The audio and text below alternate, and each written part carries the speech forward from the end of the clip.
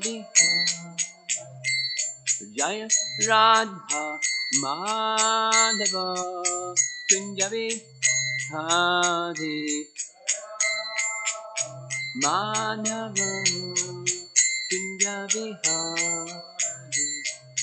Gopi Jana Bhalabha Girivara Dhari.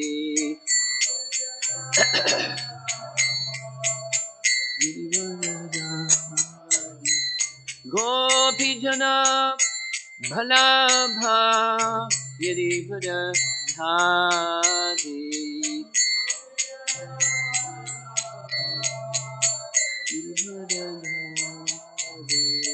Jasodhanandana Brajajanaranja.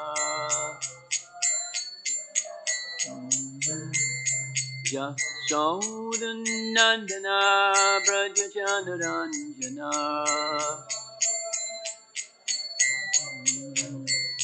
Jamunatira Vanachadi. Jamunatira Vanachadi. Jaya Radha Madhava Kunja Bihari. Kunja Bihari. Jai Radha Madhava Kunja Bihari. Madhava Kunja Bihari. Gopi Jana Bhalabha Girivara Dhari.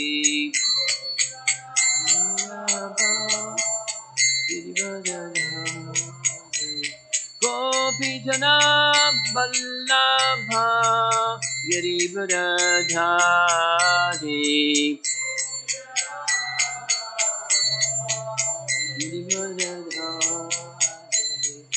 Jasodhanandana Brajajanaranja. Jasodhanandana Brajajanaranja. Jamuna Tira Vanachadi. Jamuna Tira Vanachadi. Jaya Radha Madhava Kunja Bihari. Madhava Kunja Bihari. Jaya Radha Madhava Kunja Bihari.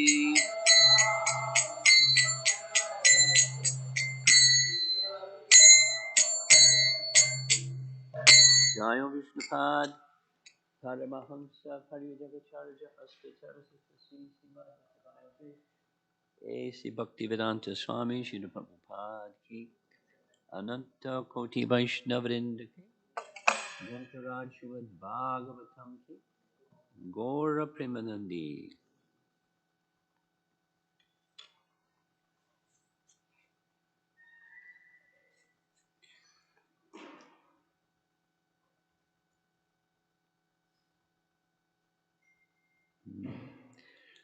Om Namo Bhagavate Vasudevaya.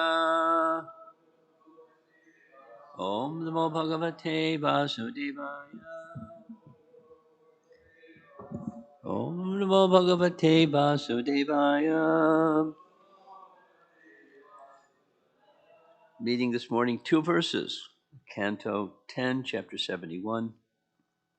What's on the board here is text 6. And we'll also go to text 7. Dvairate satuje tavyo mashataksho nihis yutaha Brahmanya Vyatito Viprayer Na Pratyakyati Karhichit Dvairate Satujetavyo Mashatakshonihi Shohini Yutaha Brahmanyo Vyatito Viprayer Pratyakyati Karhichit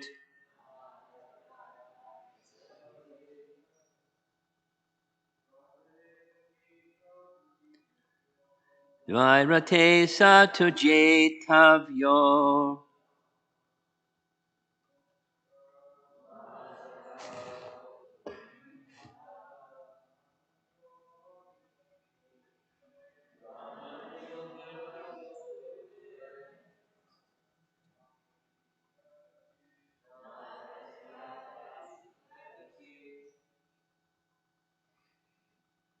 Men?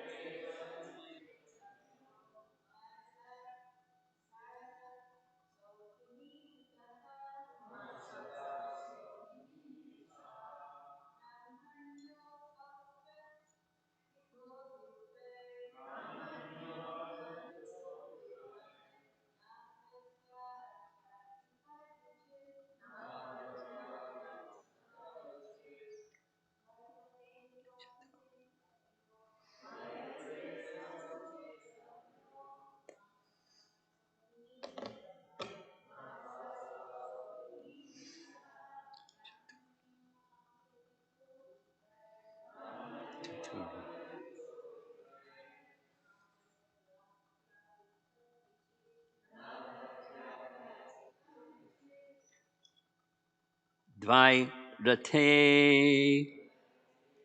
in combat involving only two chariots. Saha, he, two, but. Jetavyaha is to be defeated. Ma, not. Shata, by 100. Akshohini, military divisions. Yutaha, joined. Brahmanyaha, devoted to Brahminical culture. Abhyartitaha, entreated. Viprai, by Brahmanas. Na pratyakyati, does not refuse. Karhichit, ever. Translation. he will be defeated in a match of single chariots, and not when he is with his 100 military divisions. Now, Jarasandha is so devoted to Brahminical culture that he never refuses requests from Brahmanas. Purport. It might be argued that since only Bhima could equal Jarasandha in personal strength, Jarasandha would be more powerful when supported by his huge army. Therefore, Uddhava here recommends single combat. But how could Jarasandha be persuaded to give up the support of his powerful army? Here, Uddhava gives the clue. Jarasandha will never refuse a request from Brahmanas, since he is devoted to Brahminical culture. And translation of text 7. Bhima should go to him disguised as a Brahmana and beg charity. Thus, he will obtain single combat with Jarasandha, and in your presence, Bhima will no doubt kill him. And the purport, the idea is that Bhima should beg as charity for a one-on-one fight with Jarasandha. So most likely you're all quite familiar with the context, but having been through Vana's appearance day and Nityananda's appearance day and all that stuff, a refresh is probably good. Going back a couple of chapters, Krishna's activities in Dwarka are described. It's described later in the Bhagavatam also, the final chapter of Canto 10. Really, really nice description. The opulences of Dwarka are beyond the opulences of anything, even in Vaikuntha, even in heaven, anywhere.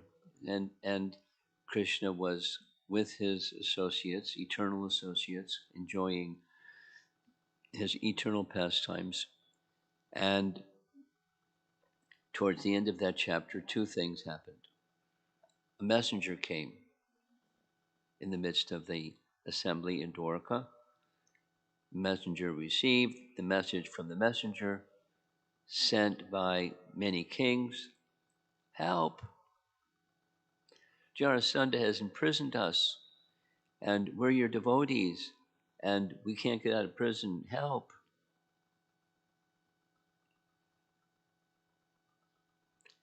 Lo and behold, around the same time, or at the same time, Narada Muni arrived. And Narada Muni said, your dear devotee, Yudhisthira, is desiring your presence in Indraprastha because he wants to perform the Rajasuya Yagya. So two requests. He turns to his dearest associate in Dwarka, Uddhava, friend, servant, and minister. This is called mixed rasas in Rupa Goswami's language. But he plays his role perfectly because he's singularly devoted to Krishna. And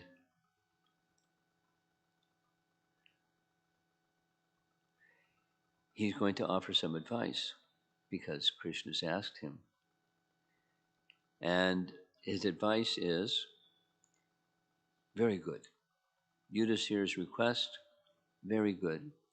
Several things by one thing will be accomplished. Now there's one of the qualities, and I'm forgetting the Sanskrit, for one of the qualities of Krishna is there's 64 qualities, and one of them is by achieving one thing, so many other things are accomplished. So the Sanskrit word is chatura, or literally clever, which means by doing one thing, many things are accomplished. So Krishna's entrusting his cleverness to Uddhava, who understands several things by one thing can be accomplished. One, your dear devotee, Yudhisthira. So he's favoring.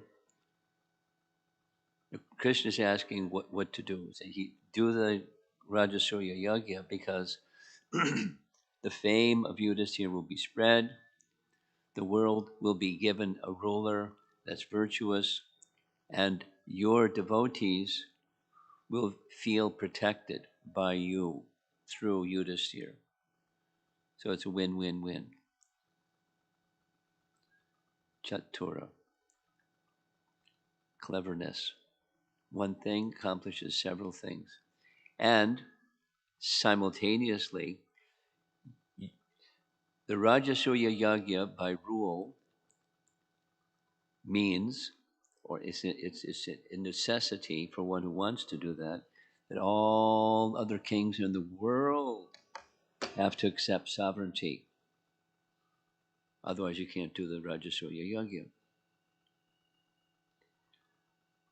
So go to Indraprastha, and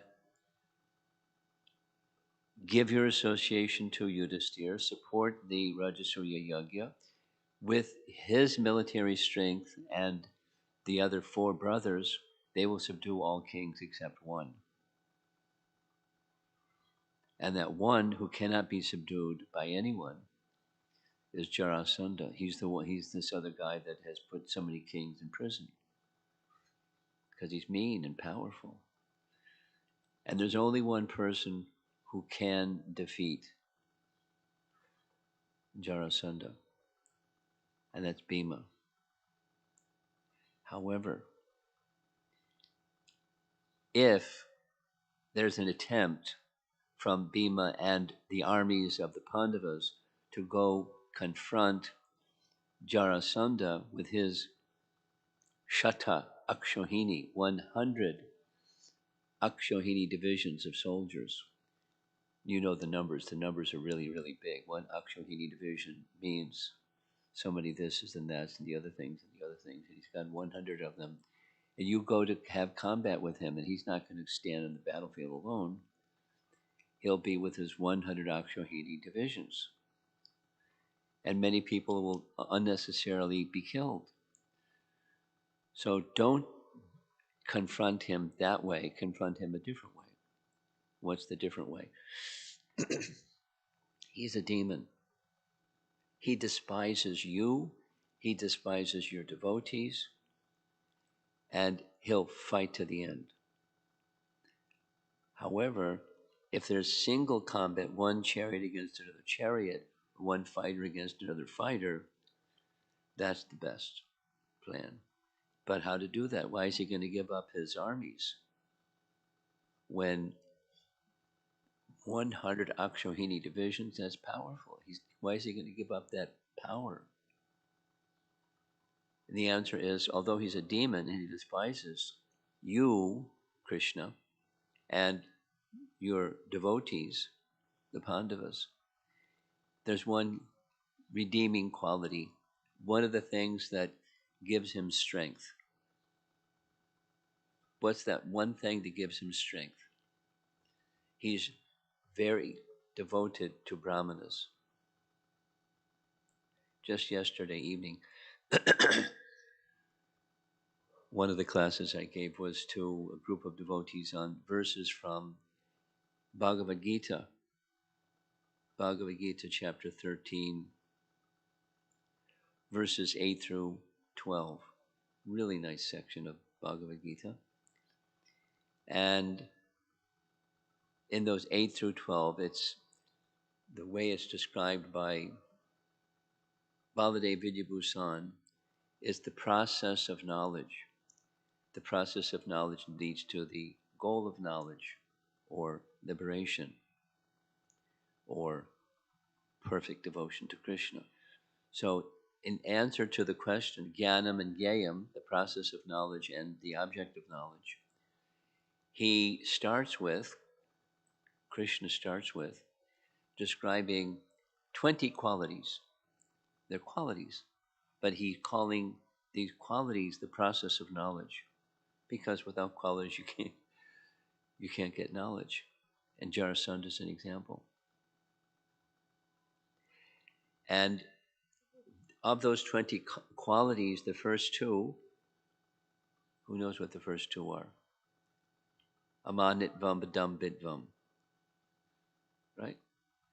And a very nice description given in the scriptures of Adambitvam, humility and pridelessness. Pride is that when you do something, you want something. And when you get that something, you take pride in it. So if you do virtue, you get the fruits of virtue. So pridelessness, it's a nice description. You do that which is to be done, but not with the intention of getting something. Now, the description from the acharyas is that that was not the position of Jarasandha. He wasn't prideless because he did stuff, devotion to brahmanas, because he wanted to be known as a pious man. He wanted it, specifically the acharyas say, this is his tamagun. Devoted to brahmanas in tamagun. Is the mix possible? Jarasandha. Devoted to brahmanas with the intention of becoming known as a pious man, or religious man, or a dharmic man. He followed dharmic. He submits himself without question, without exception, always to a brahmanas. Knowing that tamagun, acceptance of service at the request of brahmanas, Bhima should go in disguise as a brahmana. For some reason, our acharyas in their commentary, universally, they speak of Bhima as thin-waisted. So while he's, how's powerful, big, muscular Kshatriya Bhima going to pass as a brahmana? Well, he was thin-waisted. Apparently that was something that helped him pass as a, when eventually when they came, the three of them came as brahmanas.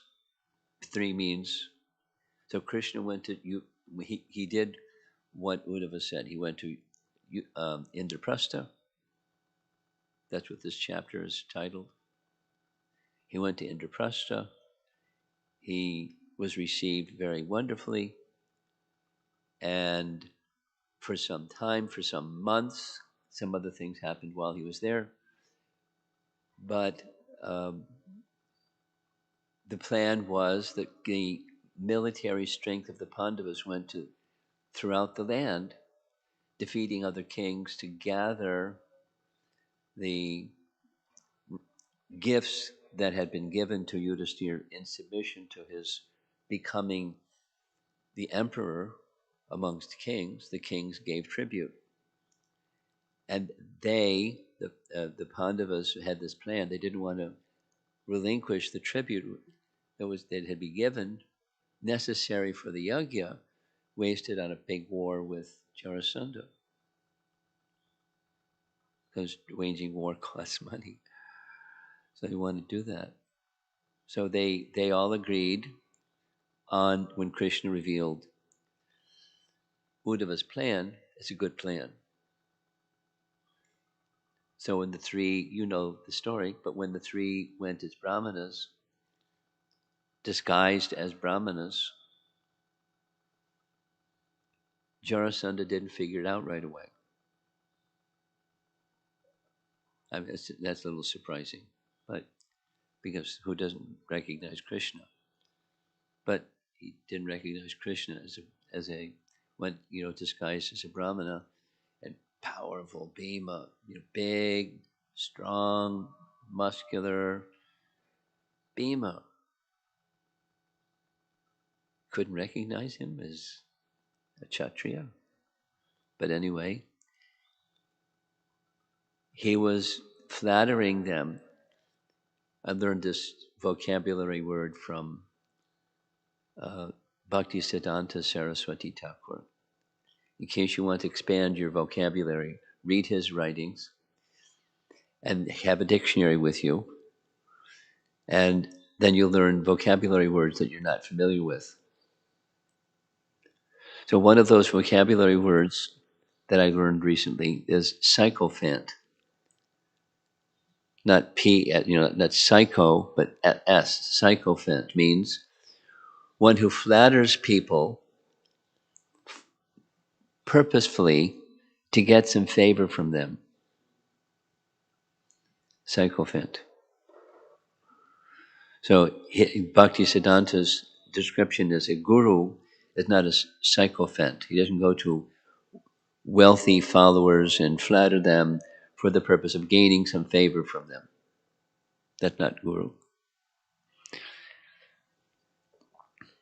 They went not Jarasandha was the sycophant. He was flattering, "Oh, Brahmanas, what would you like? You come, anything you'd like, blank check, fill in the amount." "Okay, sure. We would like a fight with you." "Oh. So you're Kshatriyas? You're not Brahmanas? You want to fight with..." Because Brahmanas don't ask for fights. But because they were dressed as Brahmanas, he said, "Very well. But now I see who you are."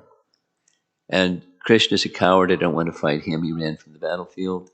Arjuna's just a small fry. But that big one, I'll fight him. Bhima. So he knew eventually.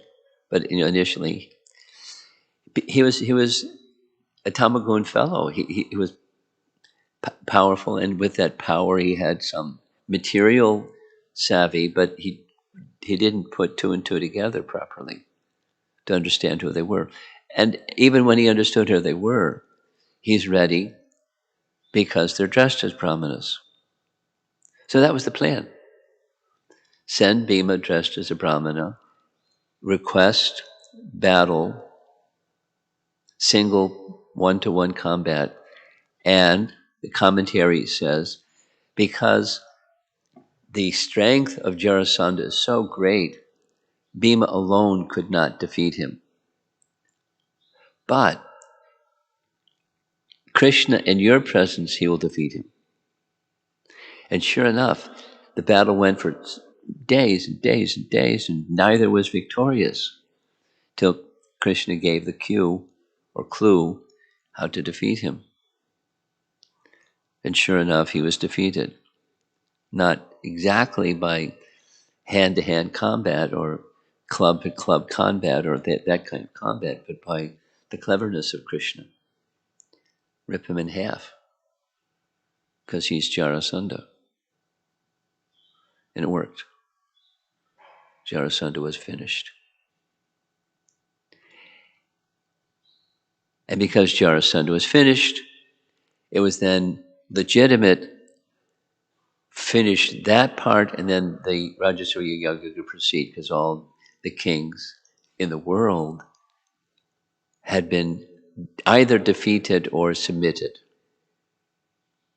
And now they had all this gifts given by kings that they could use for the yagya, which is a very expensive affair.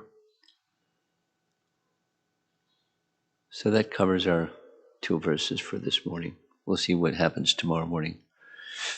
Continuing. Any discussion?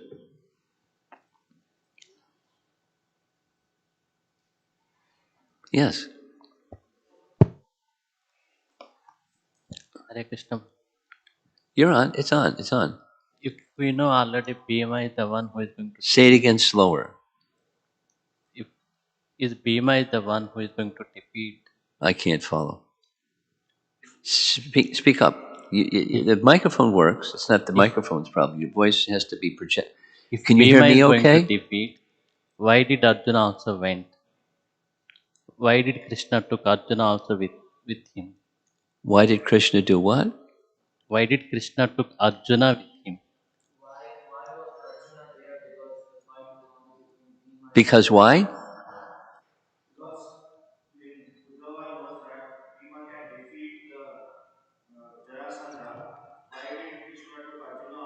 Oh, he's his friend. Why not? I mean, it's a Leela. Arjuna is Krishna's dearmost friend. He didn't have to bring Arjuna.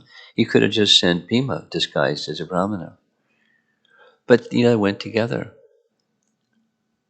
and made an appeal. It was just a Leela. And then the rest of the Leela was what the rest of Leela was. Not this one, not that one, only that one. So it was just part of the Leela. He selected his combatant, not vice versa. He submitted to the request of disguised Brahmanas, or non-Brahmanas disguised as Brahmanas. It was his choice, and then it was his choice who he would have combat with. It's part of the Leela. Krishna's dear friend is Arjuna, so he's going to watch the fun. It's a good question.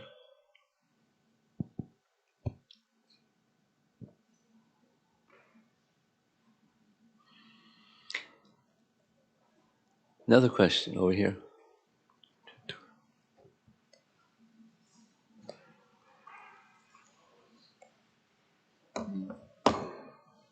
The same question, similar. Oh, you got to be louder than that. The same question. How to understand going devotees of Krishna, go, going as Brahmanas in disguise to Jarasandha? Say it again with double the volume. I can't hear you. My hearing is bad, and the sound system doesn't work well with my hearing. Louder. Strong. Devotees of Krishna. The which of Krishna? Devotees. Devotees of Krishna. They went in disguise to Jarasandha. They went in a disguise. Not all the devotees, it's just those three. My understanding is it was just the three of them, disguised as Brahmanas. Yeah. So? Going as a disguise is not a truth way. Yeah, it's a deception. How to understand that? Oh, it's no problem. Krishna's the absolute truth. So it's not like he makes the rules, but he violates the rules he makes. It's not about rule. Why did Krishna tell Yudhisthira to lie? Why did, this and why that? Part of the why is to indicate to you and me and everybody why he makes the rules. He's not bound by the same rules. Now, normally, and then there's exception. Normally, he'll abide by truth. But one of the reasons why, you know this, one of the reasons why Krishna said to Arjuna, declare it boldly, my devotees never vanquished. And the explanation is because Krishna may break his word, but you declare it. Because I'll uphold the word of my devotee. So it's just Krishna's nature teaching lessons. One of the lessons is it's quite okay for him to come as a disguise because there's a higher purpose. Now, you and I can't start fudging. I've got a higher purpose so I can lie. We can't do that. We must not do that. But those that are on the platform, even devotees, what to speak of Krishna, devotees that are on the platform of spontaneous love of God, they may do things in spontaneous love that's in violation of codes of proper conduct for dharmic people. Here's a nice example. I forget his name, one of the Alvars in Sri Sampradaya, with very strict with following. He's one of their predecessor personalities.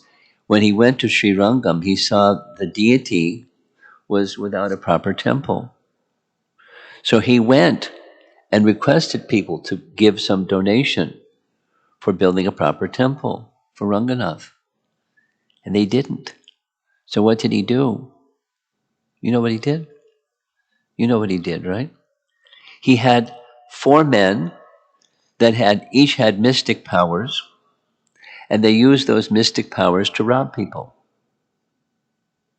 Now, you don't rob people, even with good intention. We don't do that. We don't do that. We don't do that. But he did it. And he's glorified for doing it. Because he was on such a platform. He can do it.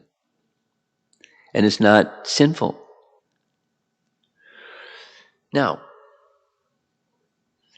where's the line between one who's spontaneous and the devotee, not Krishna, one who's spontaneous and one who's not and does it? It's not like black and white, but it's a principle.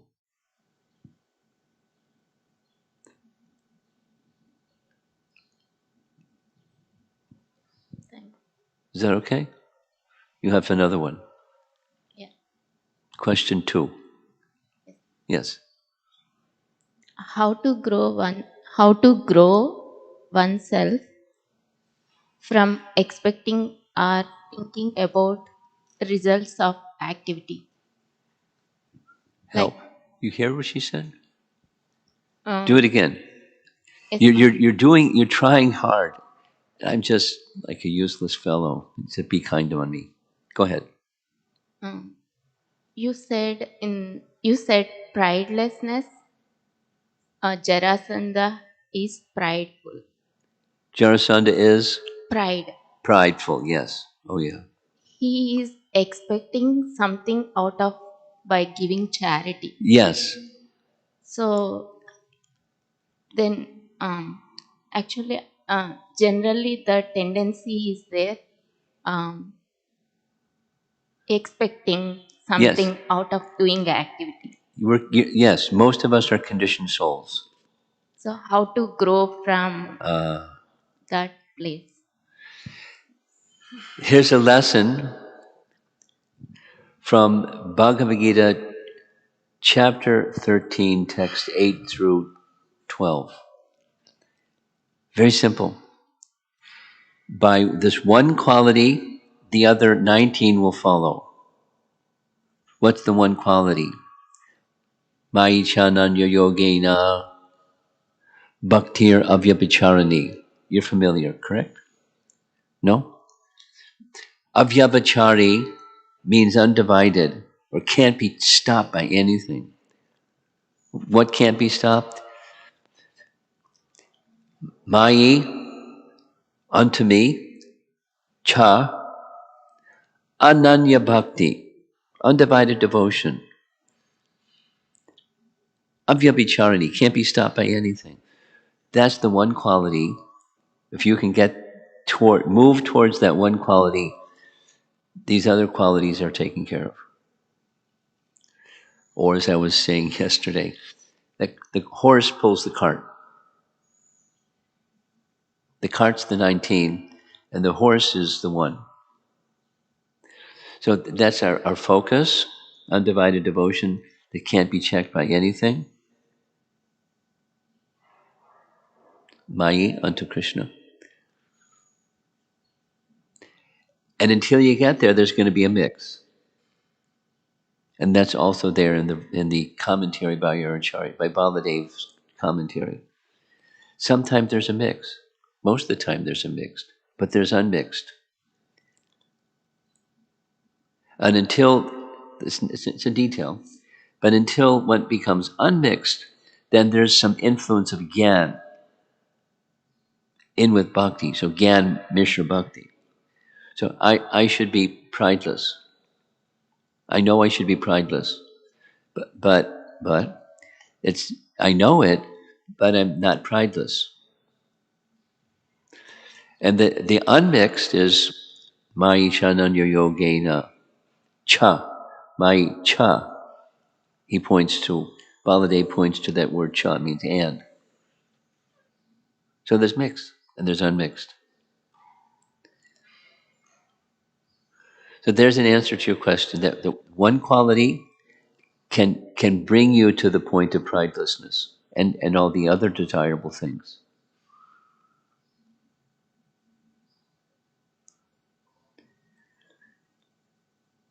Are you with me? Okay. Another way of saying the same thing. It's the same thing.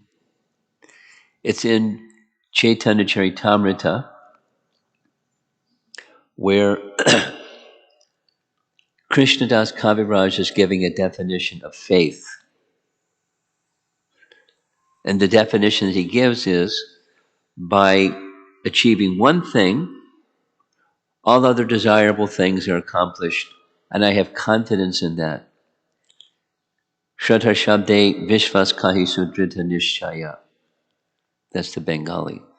It says, faith means confidence that by achieving one thing, all other desirable things become accomplished. So pridelessness is a desirable thing. I'm not there yet. I'd like to have become prideless. To become prideless, do this one thing, and that and all other desirable things will come. And what's that one thing? Krishna bhakti, sarva karma kritahoya. All good things come from that one thing. Krishna bhakti. Krishna is vocative. Unto Krishna.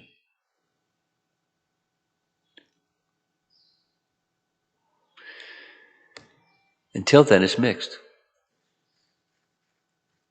That's most of us. But we have confidence this will carry me to the prideless state. Anyone else? Srila Prabhupada. Oh, Krishnarchana. Go ahead. But you have a strong voice, so I know I'll be able to hear everything you say. It's just a very simple thing. You've been pointing out that Jarasandha was a person in ignorance, or the mode of ignorance was influencing him. But because of his, it's said devotion to Brahminical culture, which you pointed out, is more with the purpose of having the image of being a pious person. Yes. It still seems quite a challenging thing mentally to imagine that he's going to be fighting with Bhima, who's dressed as a Brahmana. So, one would imagine that there would be a conflict in the mind if you still are, even if he understands this is a Kshatriya, there's still the problem that he's dressed as a Brahmana. I would imagine that'd be a little bit of a problem. Yes, he could have processed that way. And he said, very well, you're not Brahmanas. You're cheaters. You're not Brahmanas. Brahmanas don't cheat. You're not Brahmanas. But that's okay. You're dressed as Brahmanas. So honor that. It was his choice. He didn't have to choose that. But he chose that. In part because he's prideful. I don't mind combat with any one of you. You're not Brahmanas. You want combat because you're Brahmanas. Brahmanas don't want combat. So that's okay. Let's have combat. Prideful. Not for purpose of gaining piety, and thus that was where his strength was coming from. The charitableness to brahmanas. That's made him strong. And now he has strong strength and he's prideful. Okay. Yes.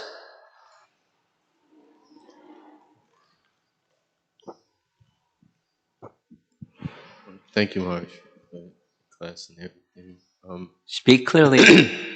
How does a person know when it's time for them to take on saffron? When it's time to do what? When it's time to wear saffron? Oh, How that's does a person right on know? topic. When is it time?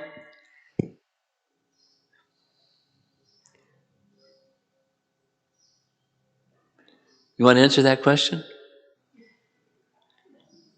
Did you ever ask him that question? Yes, he's asked that question. And what answer did you get when you asked him that question?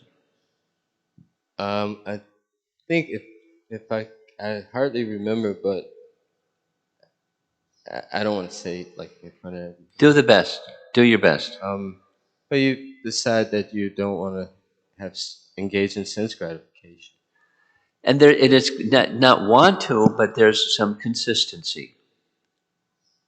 Consistency, consistency, consistency, consistency. Squeaky clean consistency. It doesn't mean never. It's not. It's impossible to become subject to the mind and senses. But consistency in principle, and consistency in non-indulgence. And that means, implicit is, there's a consistent aspiration for a higher principle than that principle. So that's a sign. And some people are more cautious, some people are more, many of the persons who Prabhupada permitted to become brahmachari, it was known they would not forever remain, in their lifetime, remain brahmachari. But it was a stage. So, your situation is different than just like a new bhakta who becomes a brahmachari. Your situation is different than that. You're in a mature stage of bhakti life, and therefore this answer that I just gave, a consistent in this direction and away from that direction. Consistent. Then there's readiness. And then it's good for you or someone in your kind of situation to consult persons who have established themselves in bhakti life, and they don't have to be themselves brahmachari, but persons that are mature, I call it village elders. They're mature Vaishnavas. And they've demonstrated consistency in their ashram and their devotional life. Consult those persons. So then you get sadhu sangha. Can't lose. Okay? Srila Prabhupada ki jai.